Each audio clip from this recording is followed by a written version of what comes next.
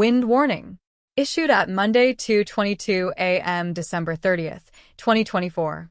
Issued by Environment and Climate Change Canada. Description: easterly winds will reach up to 90 kilometers per hour on Tuesday. Hashtag.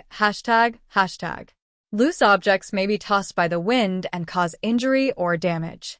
Wind warnings are issued when there is a significant risk of damaging winds. Please continue to monitor alerts and forecasts issued by Environment Canada. To report severe weather, send an email to qstorm@ec.gc.ca or tweet reports using hashtag QCStorm.